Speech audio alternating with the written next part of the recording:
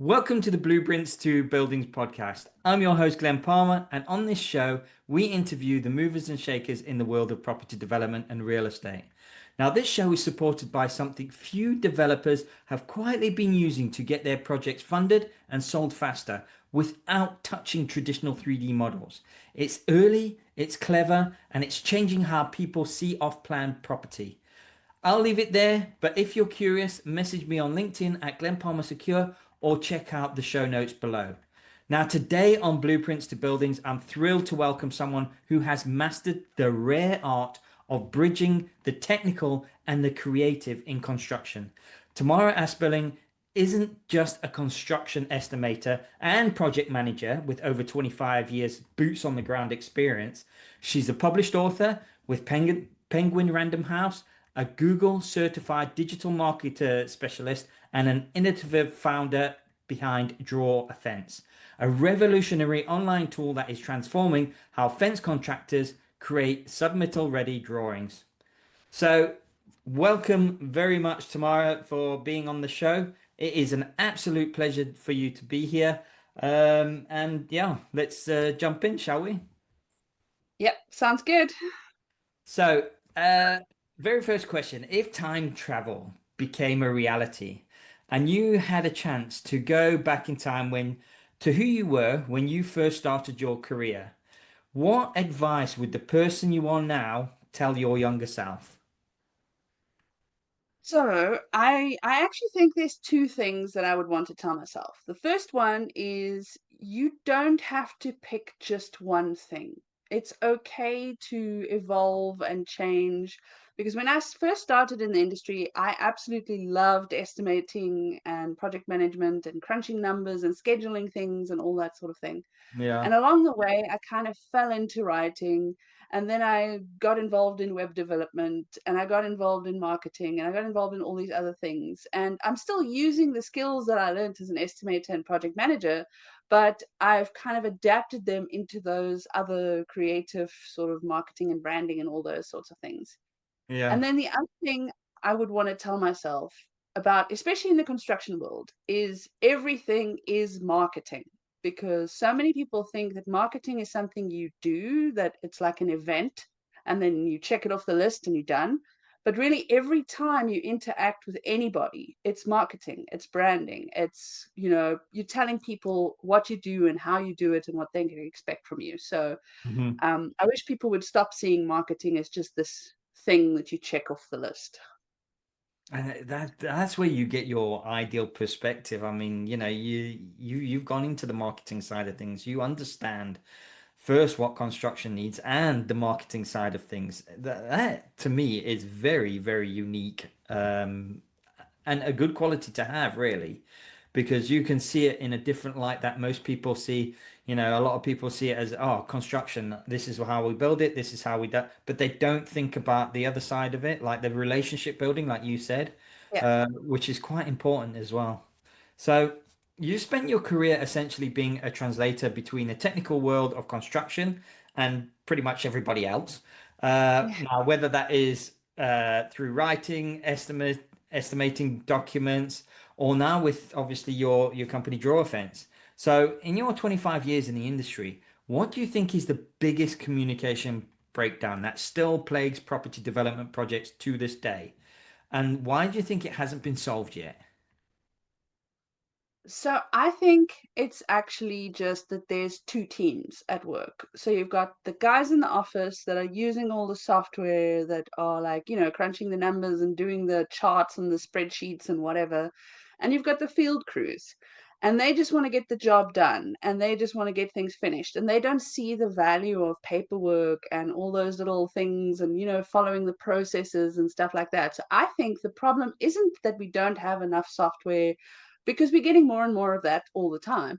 I think Yeah. it's more of a training issue. We need to teach the people in the field not only to use those tools, but why they're using those tools. So they need to Yeah. understand that there's time limits on certain things and that, you can't get a change order if you miss that window. So they need to tell the office that they need the change order and stuff like that. but a lot of them don't understand why they're doing these things. They just don't make that connection. So I think the biggest problem we have is teaching field crews not just to get the job done, but how and why all of those communication things actually matter. Yeah. Yeah.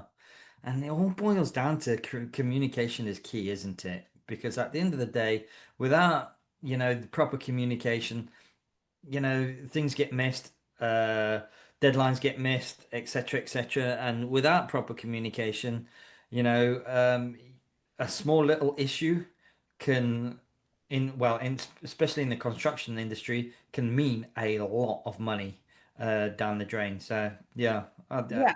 And totally agree where you're coming from there.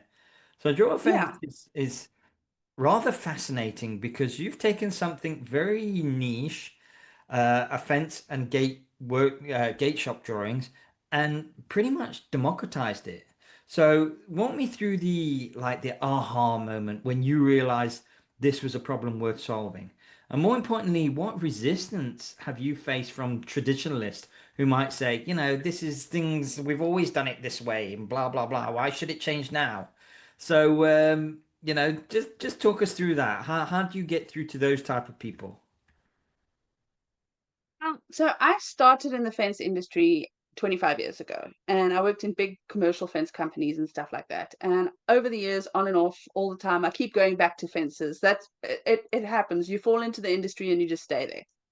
And since day one, when I started, there's never been a company I have worked for personally who has had a in-house CAD operator or in-house CAD capabilities outside of me.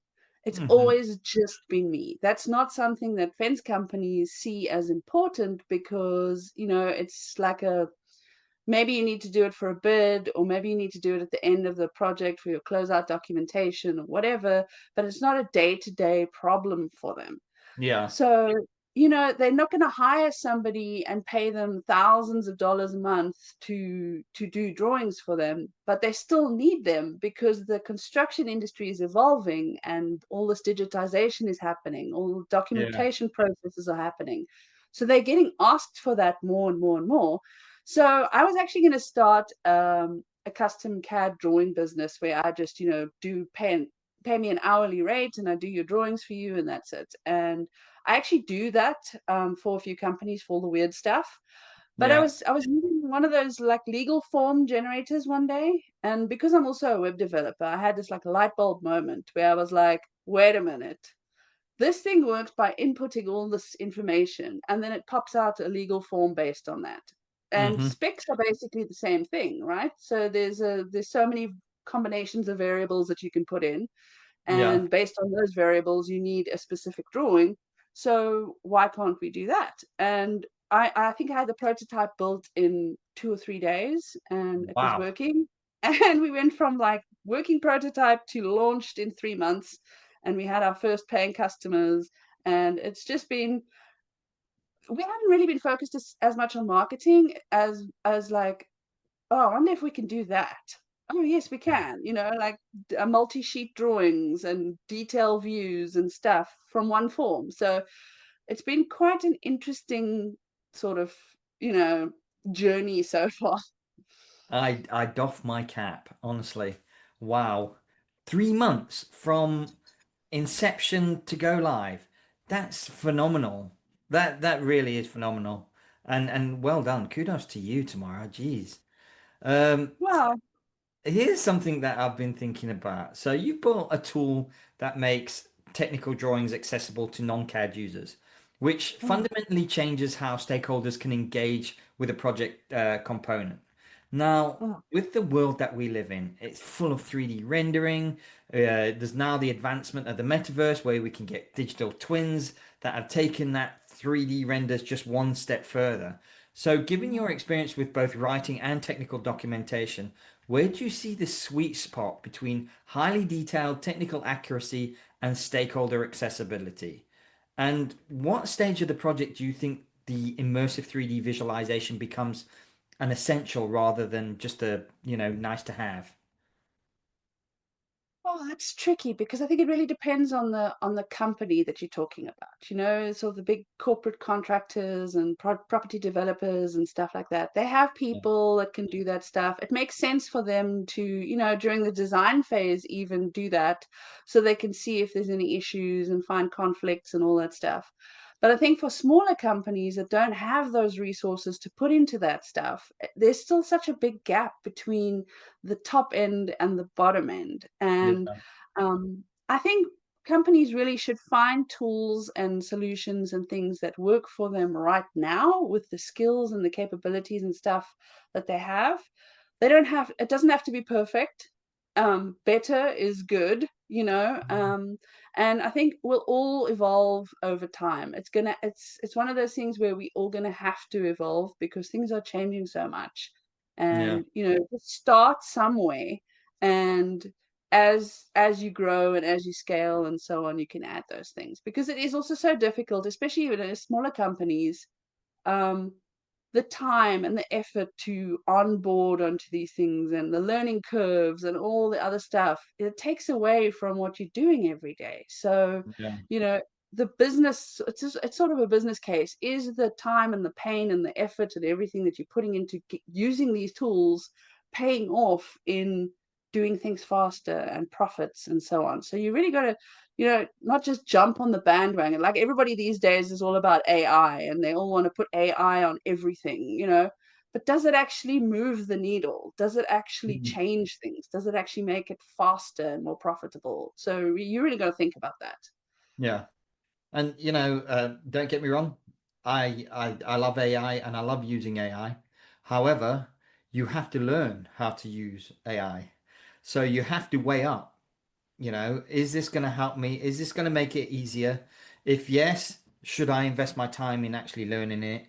And there is that fine line between, yes, learning about AI and using AI tools, but also spending time on your actual business and getting that profitable, etc., etc. So Yeah, I can see exactly where you're coming from, to be honest. yeah, Now, you're one of the very few people, in fact, I don't know anyone who holds both the construction credentials and digital marketing certifications from Google and HubSpot. Now, most construction companies are absolutely terrible at content marketing. It's not their fault. They are not content marketers. They are construction workers. Some of their websites are static brochures from way back in 2010. So, what's the one thing that you wish every property developer and construction company understood about how their potential clients actually find and evaluate them online in 2025? I'd love to hear your feedback, especially when you're a marketing guru as well. well, I think one of the problems that construction companies have is they don't know anything about it. So they hire marketing companies, and those marketing companies know everything about marketing and nothing about construction. Construction. Yeah. Uh, Yeah. So, so they're, you see, when you want to market to people who are clients in the construction world, the first thing you need to do is understand who you're selling to, because the process of selling to a homeowner, whatever it might be, renovations or whatever, is very different to the process of selling to an architect or an engineer or a project owner or whatever. So you Yeah. really have to get inside those people's heads and figure out what are they already looking for online, and then put yourself in front of them, basically by Yeah. creating that content. Yeah. So a while back, I was working for a construction software company, and they hired this marketing company, and they wanted to market to project managers. And they went and they did their keyword research, and they saw this keyword that has so many thousand hits a month and whatever. It was project phases, and they wanted to write an article. Was what are project phases? But they're marketing to project managers. And there's no project manager on earth who's qualified, who's going to be asking the question, what are project phases? Because they already Yeah. know that. Yeah. So you're going to be getting, you might get 10,000 clicks, but none of them are going to turn into customers because you're getting the wrong clicks. So it's all about Mm. getting the right eyes on your website. And that's where, like with traditional marketing companies, they can't really get inside the client's head enough to know what they care about. So that's what makes it so difficult. Yeah, yeah. And then looking ahead, you're clearly someone who spots inefficiencies and builds solutions. So between AI, better visualization tools, and changing client expectations, what's the next big documentation or communication project problem in construction that you can see someone needs to solve? What keeps you up at night thinking, there's got to be a better solution to do this? So this is actually quite funny because this is more the marketing side speaking, but Yeah. I often cringe at how documentation looks, right?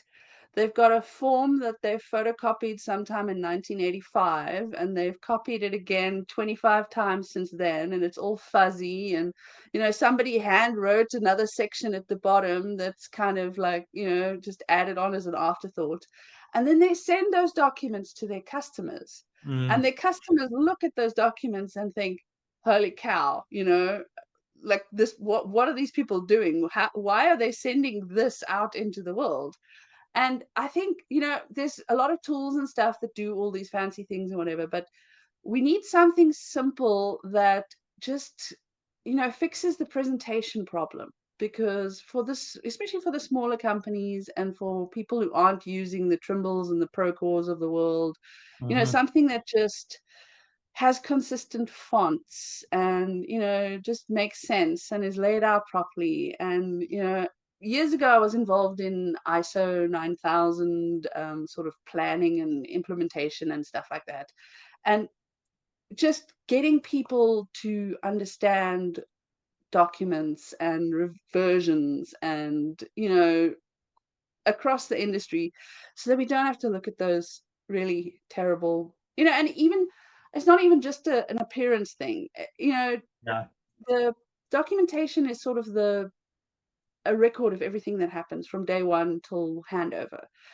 Someday, 5 years down the line, someone's going to need to find something out about what was done on the project, and then they've got to go through all of those pieces of paper and try and figure it out. And it's I just wish people paid more, just focused more on getting it right. Just, Yeah. not just good enough, just, do it right. Yeah. Yeah. Yeah. The devil is in the details. So It's yeah. totally is. And just being able to read things after, like somebody's chicken scratch on there, you're like, what the heck did they say? Just type it up. Yeah. Tamara, it's been an absolute pleasure having you on the show. Really enjoyed the conversation, and I appreciate your knowledge, especially when it comes to both sides of the coin. The construction industry and the marketing side of it. Truly insightful. Thanks again. Uh, Also, massive thanks to our listeners. Just before we sign off tomorrow, if listeners wanted to get in contact with you and learn more about what DrawAFence has to offer, what are the best ways for my listeners to do that? Best way is email me at contact@drawafence.com. I check that email all the time, so if anyone wants to reach out to me, that's the best way. Excellent. Nice. Thank you very much. And quick reminder, this episode was supported by PropTech Visual Platform, changing how forward-thinking developers can plan, pitch, and sell. It's not mainstream yet, but it will be. And if you want to stay ahead of the curve, you know where to find me. Thanks for tuning in to Blueprints to Buildings. I'm your host, Glen Palmer. I was joined by Tamara Asperling, founder of DrawAFence, and I'll see you in the next episode.